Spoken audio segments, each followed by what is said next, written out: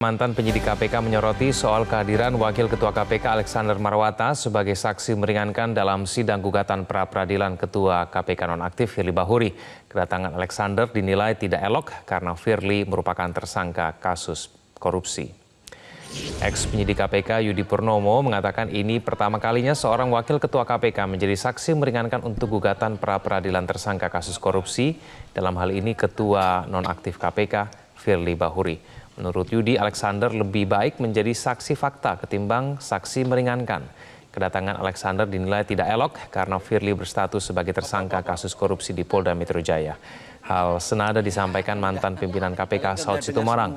Ia menilai nilai integritas di KPK sudah bergeser yang mengakibatkan carut-marut di KPK.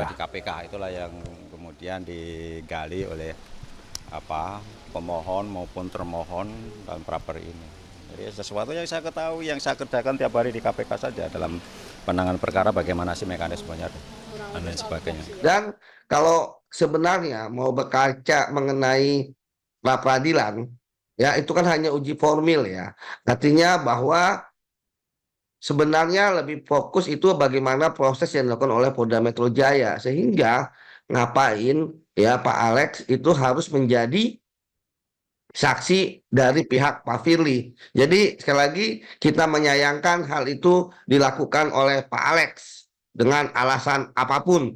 Karena kita harus zero tolerance terhadap tindak pidana korupsi. Tapi ya saya tidak heran ya itu dilakukan juga oleh Pak Alex. Karena kan sebelumnya kita tahu bahwa Pak Alex sendiri ketika Pak Firly diumumkan menjadi tersangka mengatakan tidak malu ya, kemudian tidak mau minta maaf juga. Kalau kita masuk di sisi tersangka korupsi menjadi lebih aneh karena itu kan hukumannya sebenarnya semakin berat.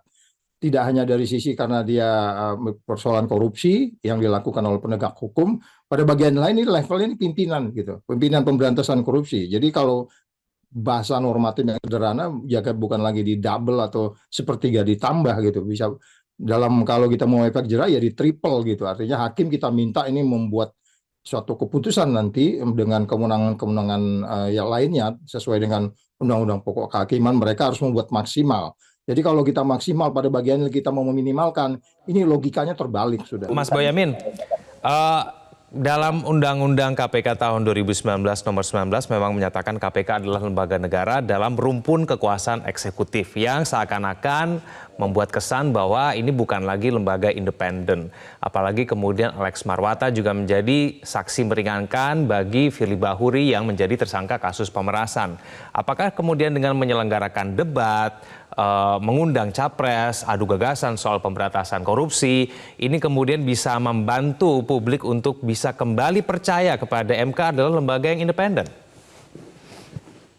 Ya, kalau tidak dicabut undang-undangnya tidak akan pernah percaya. Nah, ini bagian ikhtiar. Saya kan melihatnya Pak Nawawi, Pak Gufron, mungkin Pak Tana agak pasif itu kan tiga pimpinan yang lumayan masih kita bisa harapkan. Kalau Pak Alex saya memang tidak bisa saya berharap itu.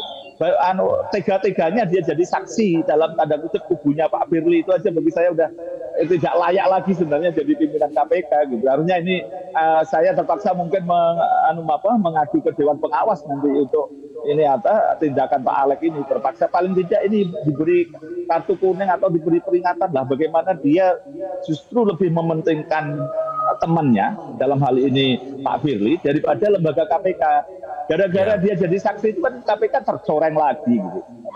Rasanya dia menurut saya kan tidak layak jadi kanak-kanak aja gitu apa yang dilakukan ketika kemarin mengatakan tidak malu gitu. Kita semua seluruh rakyat Indonesia malu kok karena prestasi dari revisi Undang-Undang KPK nomor 19 2019 ya jadi tersangkanya Pak Firly ini. Dan kok Pak Alex Marwata tiga-tiganya gitu loh meninggalkan kantor KPK, meninggalkan tugasnya untuk itu. Padahal saya sering gugat pra-peradilan KPK itu meminta pimpinan KPK untuk datang karena perkara mangkrak. Kami kan sebagai korban layak dibela gitu. Karena perkara mangkrak itu kan pada posisi korban korupsi. Nah ini diduga pelaku korupsi kok malah dibela. Sementara kami pernah meminta beberapa kali penyidiknya KPK untuk datang menjelaskan kenapa banyak perkara mangkrak. Nggak pernah hadir. Gitu. Ini kan sudah menyakiti rasa keadilan masyarakatnya udah tega banget gitu bahasa saya kan. Mas Boyamin, tanggapan Anda berkaitan dengan karakter dari Alex Marwata ini seperti apa? Ini kan adalah pimpinan KPK yang menyatakan ia tidak malu dan kemudian ia menolak meminta maaf ketika ketua KPK-nya berstatus sebagai tersangka. Mas Boyamin.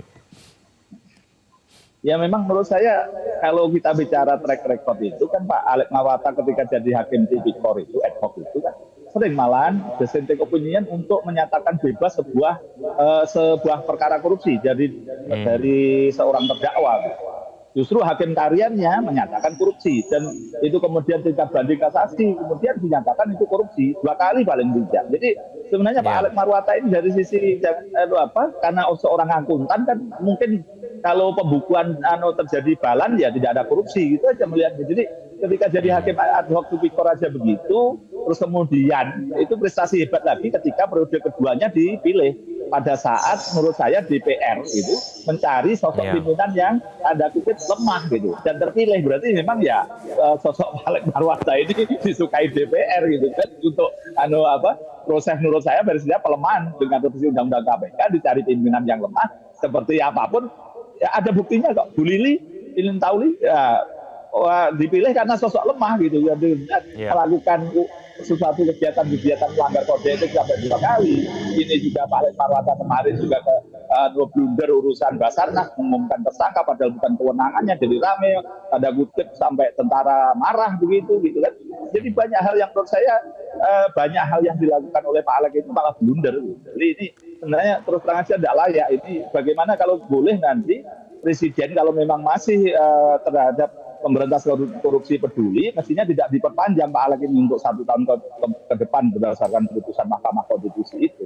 Jadi ini sesuatu yang menurut saya ini benar suatu benalu atau parasit balan kalau boleh saya analisa loh ya, ini bukan menyerang pribadi Pak Alex Marwata, menurut saya sebuah beban malah. Dulu saya mengatakan Pak Firly beban KPK, sekarang masih ada beban KPK berupa Pak Alex yang menurut saya sering blunder begini. Jelajahi cara baru mendapatkan informasi. Download Metro TV Extend sekarang.